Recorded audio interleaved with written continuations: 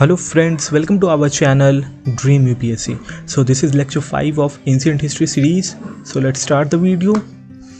इससे पहले वाले लेक्चर में हम लोगों ने अर्ली वैदिक पीरियड को डिस्कस किया था, जिसके कि हम लोगों ने 4 एस्पेक्ट्स को देखा था: economical aspect, political aspect, religious aspect and societal aspect. So basically later Vedic period को भी हम लोग उसी तरह से डिस्कस करेंगे, तो आप कंपेयर कर सकते हो। ऐसे याद रखना भी आपके लिए आसान होगा, कि बिकॉज अगर आप सोसाइटियल एस्पेक्ट पढ़ रहे हो अर्ली वैदिक पीरियड का, तो आप सिमिलरली उसे कंपेयर कर सकते हो लेटर वैदिक पीरियड से।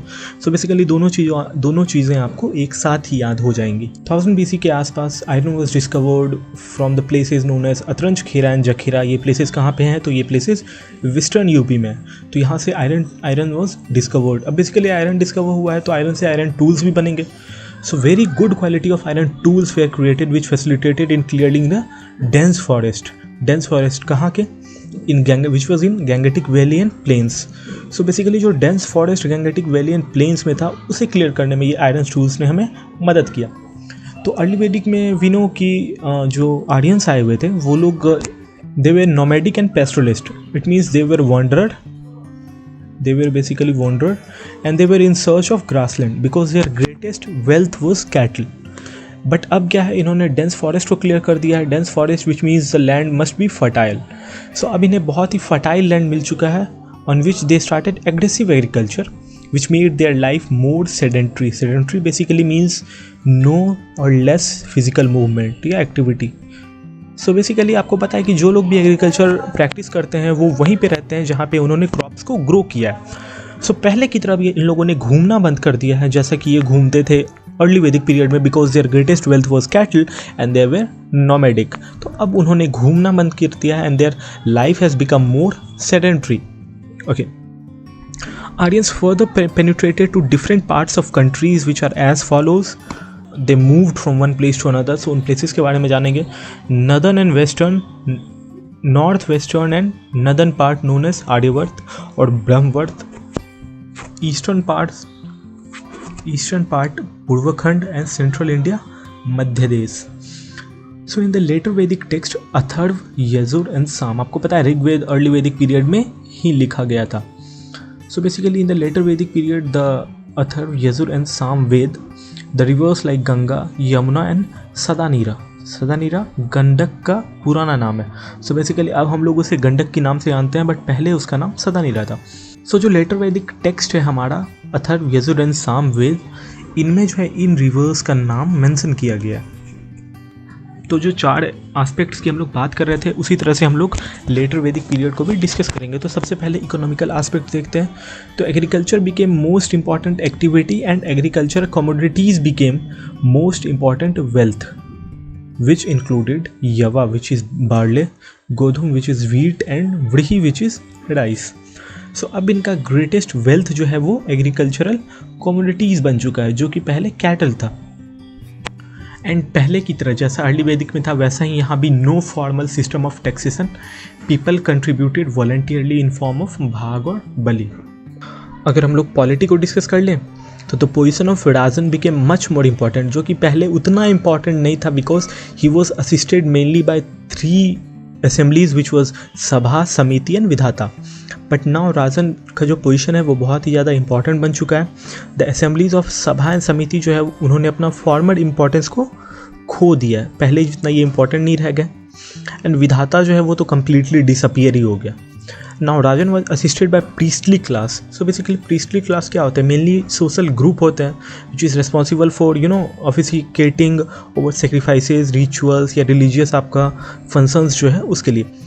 तो which initiated many type of ritual sacrifices to confer supreme power to the Rajan. Rajan को सुप्रीम पावर देने के लिए ये लोग कुछ रिचुअल्स और सेक्रीफाइसेस करते थे, विच आर एज फॉलोज। तो जिसमें सबसे पहला हमारा है वो है Rajasuya. So basically it was a consecration ceremony where Rajan was appointed, जहाँ पे राजा को अपॉइंट करते हैं। इसे हिंदी में तो हम लोग शायद राज्य अभिषेक भी कहते हैं, if I am not wrong. So it was a consecration ceremony where Rajan was appointed with the blessing of priestly class। जैसे कि हम लोगों ने बहुत सारे मूवीज़ में भी देखा है, basically a king is appointed with the blessings of priestly class. So उसे ही हम लोग राजसूया कहते हैं। Now second is Vajapeya. In this ceremony sport event like chariot race was organised, तो वो जो रेसेस वगैरह होते हैं वो ऑर्गेनाइज कराए जाते थे। And at the end of race public जो भी उसे देखने आए हुए रहते थे, they were given free food. This ceremony was intended to increase the trust of rajan among his subjects.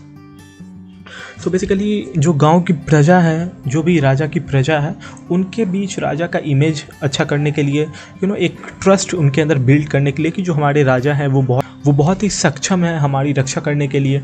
So basically इन सारी चीज़ों का ट्रस्ट बेसिकली प्रजा का गेन करने के लिए ये जो सेकंड सेरेमनी है ये होता था। And third was Ashwamedh.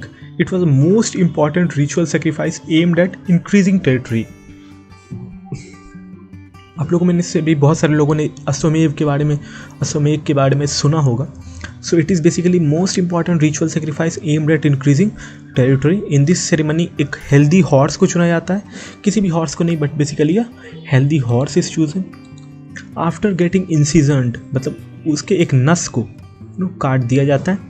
And it is release to venture into the territories of others, दूसरे के टेरिटरी में जाने के लिए उसे छोड़ दिया जाता है, which is backed by some army, मतलब कुछ आर्मी उसके पीछे पीछे जाती है। Not all the army, not major army, but a minor part of army. If the horse is captured by other ruler then a fight is ensured, जैसा कि आपको पता है। If he doesn't captures the horse then it mean that he has accepted the supremacy of Ashvamedha king. So basically ये हमारा horse है, इसके पीछे जो लिटिल आर्मी है ये इनके पीछे पीछे जाती रहती है। एंड जहाँ तक ये घोड़ा जाता है वहाँ तक अगर किसी ने इसे नहीं रोका तो इट इज़ बिलीव्ड दैट वहाँ का जो राजा है या वहाँ पे जो भी सुप्रीम अथॉरिटी है उन्होंने इस जहाँ से भी ये आए हैं इनका सुपरमेसी को एक्सेप्ट कर लिया है। और अगर वो लोग इसे रोक देते हैं then a fight is ensured, और जो भी इस फाइट में जीतता है then the territory belongs to them. Moving on, तो हमने इकोनॉमी एंड पॉलिटी को डिस्कस किया, अब हम लोग डिस्कस करेंगे सोसाइटिकल एस्पेक्ट। तो in the 10th mandala of Rigveda, तो यहाँ पे 10th mandala of Rigveda it was mention to divide the society on the basis of birth into 4 varnas. 4 वर्ण में सोसाइटी को डिवाइड करने की बात करी गई है 10th मंडल ऑफ ऋग्वेद में। तो बेसिकली ऋग्वेद तो हमारा अर्ली वैदिक पीरियड में भी लिखा गया था, फिर यहाँ पे क्यों बात हो रही है उसके बारे में, ये यहाँ पे इसलिए बात हो रही है क्योंकि ऋग्वेद में टोटल 10 मंडल्स हैं, जिनमें से कि 2 to 7 मंडल जो है 2, 3, 4, 5, 6, 7 ये लिखा गया था हमें अर्ली वैदिक पीरियड में, जो 1 है, 8 है, 9 है एंड 10 है। सो ये चारों मंडल्स जो है ये ऐड ऑन हुए हैं हमारे ऋग्वेद में during the later Vedic period. सो इसलिए यहाँ पे 10th मंडल की बात की गई है क्योंकि ये ऐड ऑन हुआ है लेटर वैदिक पीरियड में, और अभी हम लोग डिस्कस कर रहे हैं लेटर वैदिक पीरियड को। So in the 10th mandala of Rigveda it was mention to divide the society on the basis of birth. Top position is given to Brahmins emerged from the mouth of primeval man या आदि Brahma. Primeval basically means first or during the historic times. So basically it is believed that जो Brahmins है वो आदि ब्रह्मा के मुख से emerge हुए हैं, so they are given the top position. Kshatriyas are believed that they are emerged from arms and chest of primeval men, तो second position क्षत्रिय को दिया गया था। Third was given to Vaisya which has emerged from thigh of primeval man, and the fourth is given to Sudra. So it is basically believed that they have emerged from feet of primeval man. Rights of women की बात कर लें तो पहला political rights, तो they were no more members of सभा, और विधाता तो हमारा completely disappear हो ही गया है। एजुकेशनल राइट्स की अगर वुमेन की बात करें तो women's were allowed to participate in educational discourse. इसका एग्जाम्पल क्या है, तो Gargi who debated with Yajnavalkya. Moving on to marriage related rights, तो Gandharva vivah was discontinued, and basically the Gandharva vivah was the love marriage. So basically love marriage was discontinued. Two other type of marriage were introduce which were Anulom vivah and Pratilom vivah. Anulom vivah में upper caste man married to lower caste women, and in Pratilom vivah इसका opposite upper caste women getting married to lower caste man. तो both the forms of marriage were discouraged, दोनों को discourage किया गया, but अनुलोम को किसी भी तरह से एक्सेप्ट कर लिया गया, मतलब कि उसे एक सोसाइटी में जगह दी गई। Basically in which there was upper caste man and lower caste women, but Pratilom was not tolerated in the society at all. But जो प्रतिलोम है उसे बिल्कुल भी सोसाइटी में एक्सेप्ट नहीं किया गया, टॉलरेट नहीं किया गया। Here also there was no instance of child marriage, वहाँ भी चाइल्ड मैरिज का कोई इंस्टेंस नहीं था। Widow remarriage was also allowed under niyoga vivaha, वहाँ भी ये हमने देखा कि ये अलाउड था। Moving on, the concept of gotra was consolidated at this point of time, जैसे कि आज भी हम लोग देखते हैं gotra, it generally means lineage from a common ancestor. It is basically lineage of knowledge system. Brahmins advised exogamy of gotra. Exogamy means marrying outside their own gotra in the matters of matrimonial alliance. मतलब Brahmins advice करते थे कि अपने गोत्र से में नहीं बल्कि दूसरे गोत्र में शादी करने। सोलह संस्कार they are consolidated at this time, there are few important names जो कि आप यहाँ पे देख सकते हो, एंड यहाँ पे भी उसके ही कुछ पार्ट्स हैं, जो 16 संस्कार थे उसके ही कुछ पार्ट्स यहाँ पे हैं। अगर आश्रम सिस्टम की बात करते हैं तो ब्रह्मचर्य, गृहस्थ, वनप्रस्थ, सो बेसिकली इन तीनों को डिस्कस करेंगे हम लोग। तो आश्रम व्यवस्था started to emerge at this point of time during later Vedic period. Only 3 stages they are consolidated which are as follows. Brahmacharya which means learning phase and abstaining from physical pleasure. Grihasth, which is married life and its responsibility. Then Vanprasth, which is partial retirement in search of knowledge. So यहाँ पे आपको confuse नहीं होना है, ये Vanprasth है, but जो आप एक और होता है जिसमें कि इन सर्च ऑफ एनलाइटमेंट लोग चले जाते हैं, वो कुछ और है, ये हम लोग नीचे देख रहे हैं। 4th स्टेज ऑफ आश्रम है वो है हमारा संन्यास, which is complete asceticism in search of enlightenment, came in the age of Buddha. तो ये इस टाइम पे नहीं आया था, इस टाइम पे बस 3 थे जो कि ऊपर हम लोगों ने देखा। रिलीजियस प्रैक्टिसेस की अगर हम लोग बात करते हैं तो early Vedic gods lost their former importance and Brahma and Prajapati, creator of the universe, emerged as the most important god. Concept of Rudra and Vishnu was also consolidated. The mode of worship was through recitation of mantra or through offering sacrifice.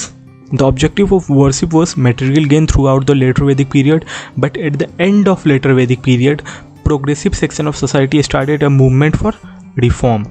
They composed their progressive ideas under Upanishad. From here onwards, spiritualism was emphasized to be the main purpose of worship. So ये बहुत easy है, आप लोगों ने इसे समझ ही लिया होगा कि स्टार्टिंग में कम्प्लीटली लेटर वैदिक पीरियड में जो हमारा ऑब्जेक्टिव ऑफ वर्शिप था वो था material gain, but at the and जो है most section of the society started a movement for reform. They compose their progressive ideas. Progressive means basically developing gradually in stages favoring social reform. So progressive ideas were under Upanishad, and from here onwards spiritualism was emphasized to be the main purpose of the worship. अब हम लोग देखेंगे तो यहाँ पे हमारा letter Vedic period जो है वो भी ख़त्म हो जाता है. तो अब हम लोग राइज ऑफ 16 महाजनपद्स को देखेंगे. तो बेसिकली महाजनपद्स होते क्या हैं? तो mahajanapadas implies to big territorial state known for flourishing trade and commerce. तो जो बहुत ही ज़्यादा बड़ा टेरिटोरियल स्टेट होता है उसे हम लोग नाम देते हैं mahajanapada. Moreover they had well established administrative machinery which included monarchy या रिपब्लिक या ओलिगार्की, कुछ भी हो सकता है. आपको कमेंट में बताना है कि ये ओलिगार्की क्या होता है. व्हाट डू यू मीन और understand by the term oligarchy? We trace the information about mahajanapada from Buddhist के 2 बुक्स हैं यहाँ पे, उससे एंड जैन का एक बुक है उससे. सो बेसिकली यहाँ से हमें जो महाजनपद से उनके बारे में इंफॉर्मेशन मिलती है. तो महाजनपद को हम लोग बेसिकली डिस्कस करेंगे. तो ये हमारा मैप है जिसमें कि लोकेट किया गया है 16 महाजनपद्स को, जो कि आप देख सकते हो. बेसिकली ये मैप एक्यूरेट नहीं है but up to the extent एक रफ इस अंडरस्टैंडिंग के लिए ठीक है. तो इनिशियली काशी एंड कौशल जैसे कि हम लोग यहाँ पे मार्क करते हैं. तो बेसिकली हमारा कौशल जो है वो ये हो गया एंड हमारा काशी जो है वो ये हो गया. सो बेसिकली ये दोनों जो हैं ये दोनों मोस्ट इम्पॉर्टेंट वेरी पावरफुल थे उस टाइम पे, and can be attributed to their rich fertile soil which facilitated in the production of cotton and further textile industry. So fertile soil की वजह से ये लोग उस टाइम पे बहुत ही पावरफुल हो गए थे, क्योंकि जाहिर सी बात है एग्रीकल्चर अच्छा होगा तो एक्सपोर्ट अच्छा होगा, एक्सपोर्ट अच्छा होगा तो you can get more number of precious and semi precious metals from the place where you are exporting the materials, and उसके बाद आप एक अच्छी आर्मी को मेंटेन कर सकते हैं. So basically these 2 places were the most important during this time. अब आगे हम लोग after all, after this, Magad emerged as the most important and most powerful mahajanapada which we will discuss in our next lecture. So अगले lecture में हम लोग मगध को discuss करेंगे एंड मगध में जिन जिन डायनेस्टीज़ ने रूल किया है उसे एक एक करके हम लोग देखेंगे. So basically thank you so much for watching the video. अगर आप लोग इस चैनल पे नए हो तो आप लोग इस चैनल को सब्सक्राइब कर सकते हो ताकि अगली बार जब भी वीडियो अपलोड हो तो आपकी एक भी वीडियोस मिस आउट ना हो. एंड अगर आप लोगों को ये वीडियो अच्छी लगी हो तो प्लीज़ वीडियो को लाइक कर दें and share it with your friends. Thank you so much for watching the video.